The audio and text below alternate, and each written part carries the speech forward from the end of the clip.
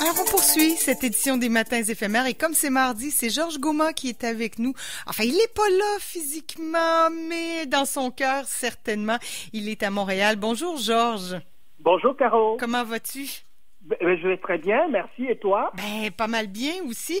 Bon, un peu triste que tu sois pas avec nous en studio, mais tout de même, par la magie du téléphone, ce matin, t'es là.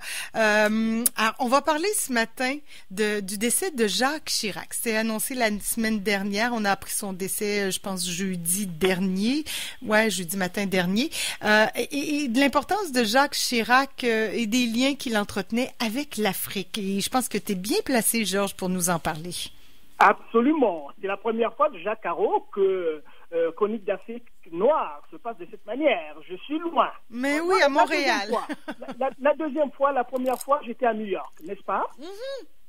Absolument. Tout à fait. Écoutez, on va prendre l'habitude de le faire parce que je vais me déplacer pour des raisons professionnelles souvent et il arriverait qu'il ait des maridis que je ne sois pas sur Québec. Bon, parlons de Jacques Chirac. Jacques Chirac, la mort de Jacques Chirac, l'impact de la mort de Jacques Chirac et notamment l'héritage politique de Jacques Chirac par rapport à l'Afrique également.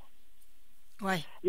La première des choses qu'il faut dire, d'abord, c'est que quand on voit un peu les figures politiques en France, Jacques Chirac est parmi les personnes qui ont une carrière politique fleuve.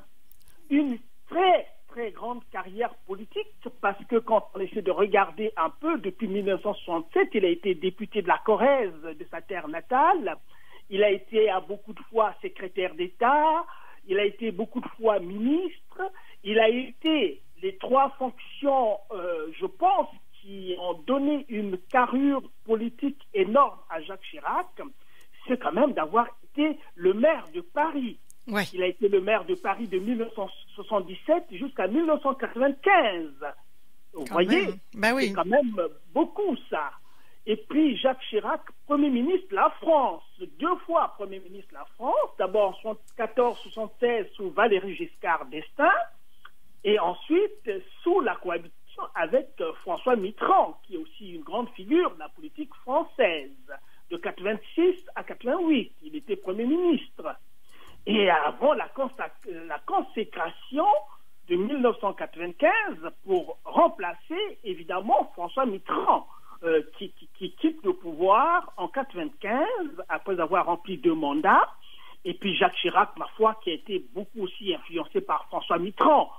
Malgré l'adversité politique qu'ils avaient, mais Jacques Chirac ne cachait pas l'admiration pour son adversaire, François Mitterrand. Ouais, respect, hein, il se respectait beaucoup. Un respect au-delà de l'altérité politique.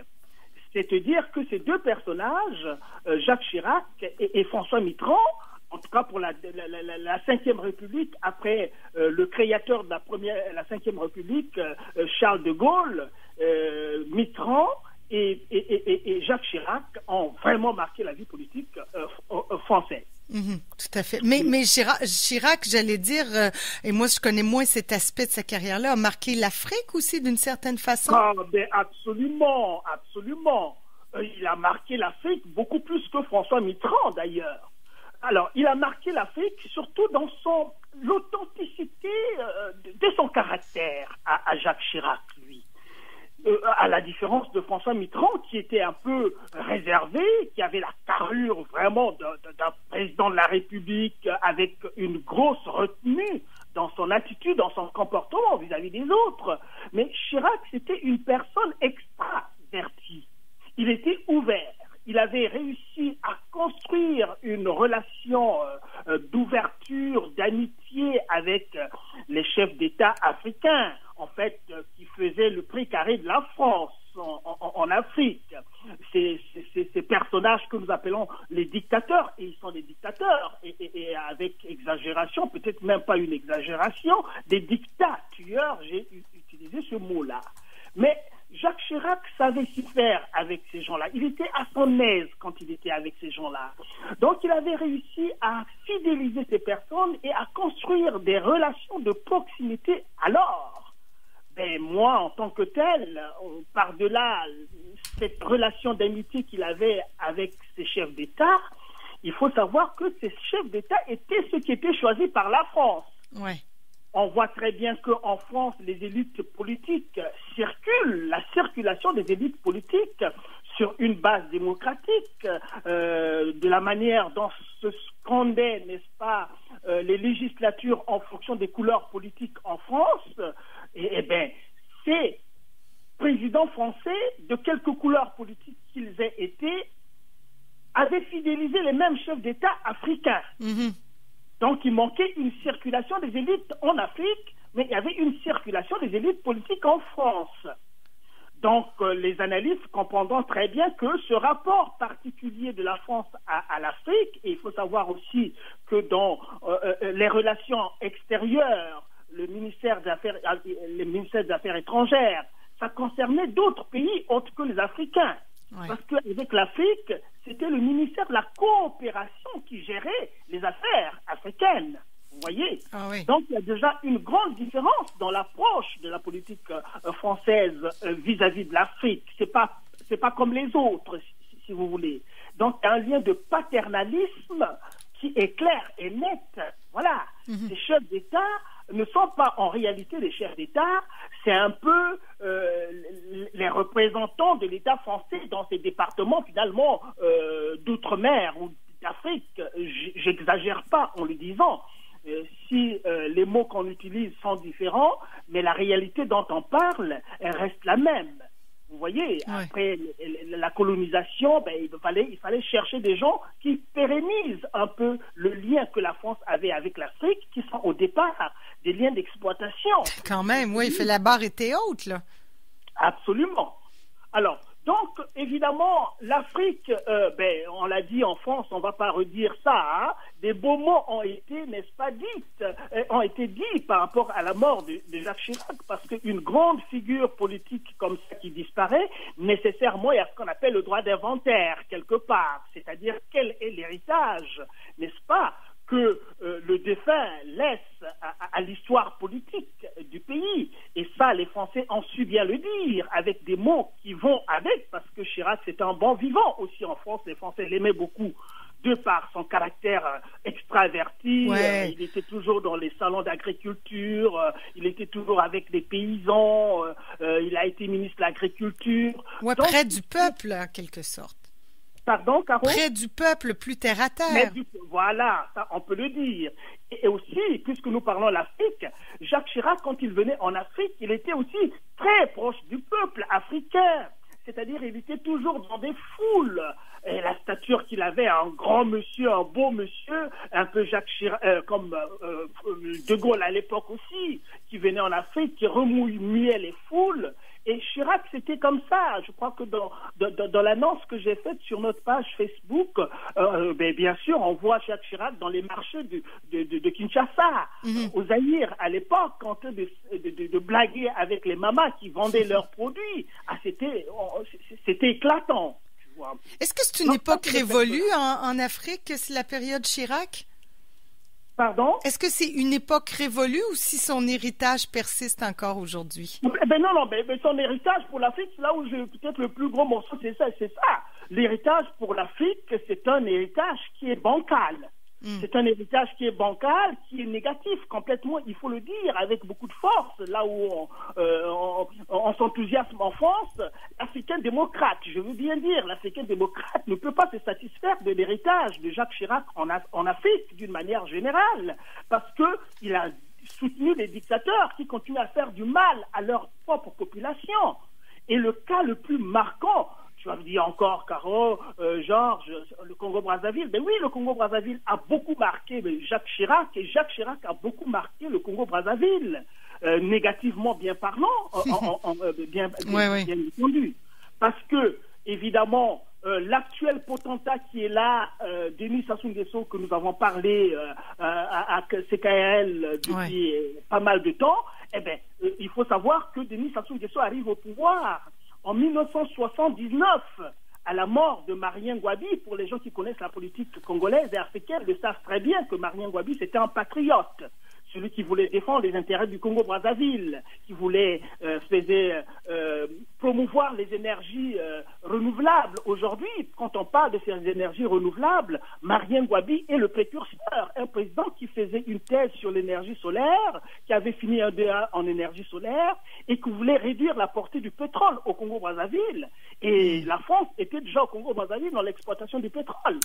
Donc, Marien Ngouabi a été tué, un président en exercice tué, pendant que Sassou Nguesso était ministre de la Défense et des Renseignements. Il n'a jamais déposé sur la mort d'une personne qu'il était censé protéger. Ça, il faut le dire, parce que c'est des éléments de l'histoire qu'il faut comprendre. Il n'a jamais déposé pour dire comment est-ce qu'on est venu tuer un président en plein palais et le ministre de la Défense, des Renseignements généraux ne dit absolument rien jusqu'à aujourd'hui. Et il est mis en place, encouragé par la France. Et depuis 1979 jusqu'à 92, Sassou Nguesso est président de la France. Et c'est là qu'il a développé des relations les plus étroites avec Elf, par exemple, la compagnie pétrolière qui opérait au Congo, qui devient Total aujourd'hui. Il faut que ces choses-là soient dites clairement, que les gens comprennent que ce qui se passe au Congo-Brazzaville vient de très très très loin. Et la largesse qu'on accorde à Denis Sassou Nguesso vient aussi de ses rapports avec la France. Ah oui. Mais absolument, Caro. Clairement, là, tu mets ça en perspective. Voilà, ce n'est pas tout. Donc, il y a eu le boom pétrolier au Congo-Brazzaville au début des années 80 avec Denis Sassou Nguesso, qui a eu beaucoup d'argent et qui n'a pas développé le pays, le Congo-Brazzaville aujourd'hui. Il n'y a pas longtemps, hier même, il était à la recherche des fonds auprès du FMI, un pays pétrolier sous Denis Sassou Nguesso et encouragé par Jacques Chirac.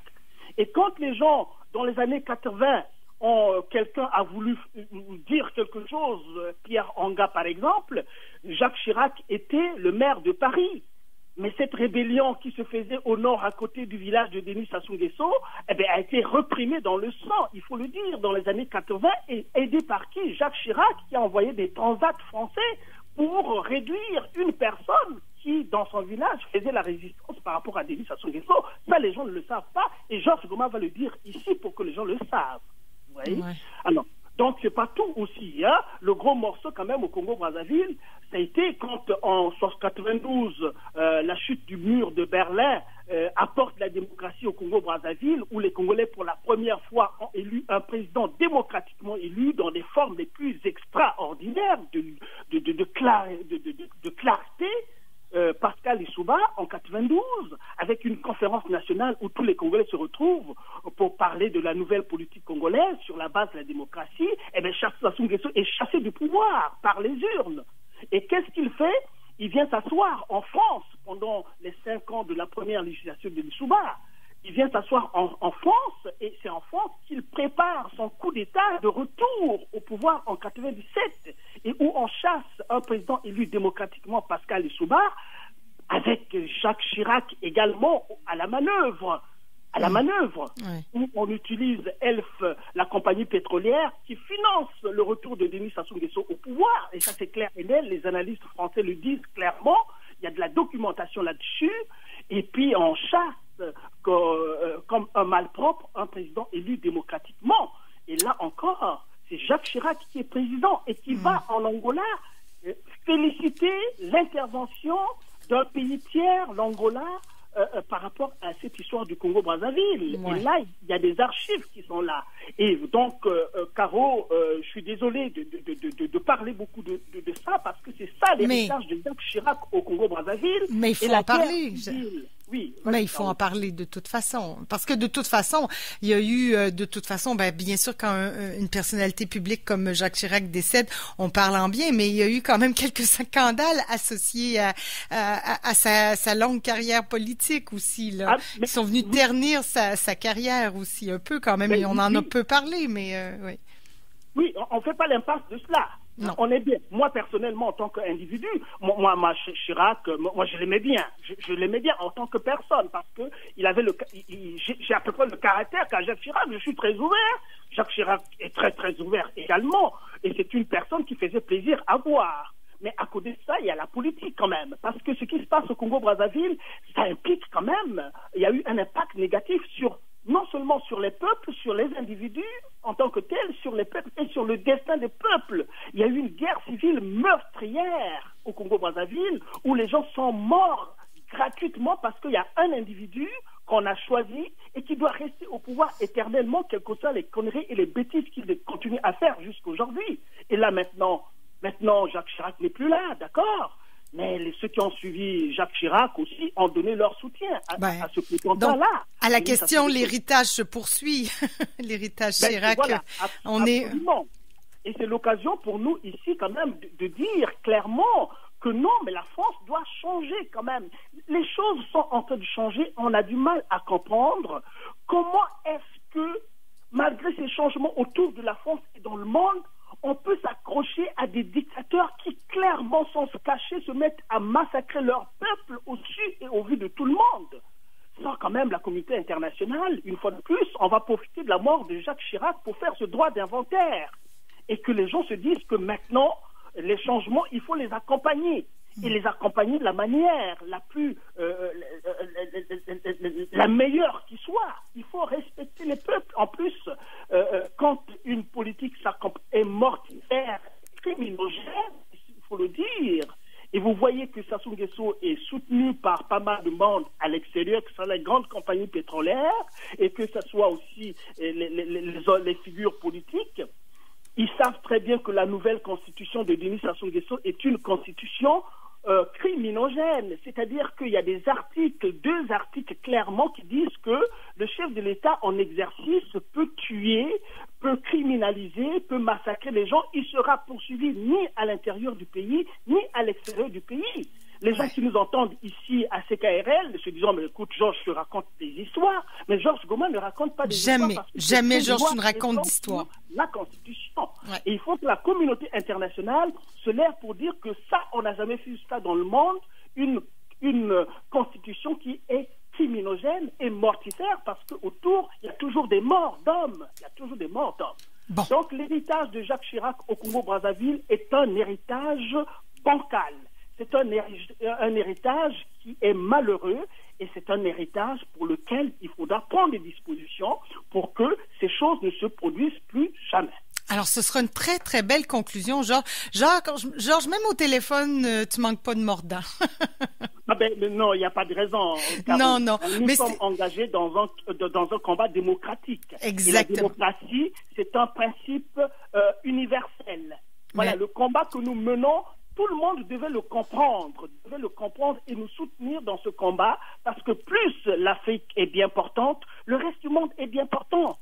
La preuve, c'est quoi? Quand l'Afrique n'est pas bien portante, c'est des gens qui vont continuer à émigrer. On voit ce qui se passe dans la Méditerranée. Oui. Si les gens partent, c'est parce qu'il y a des dictateurs qui sont là. Et ne nous plaignons pas en Occident que les gens viennent ici.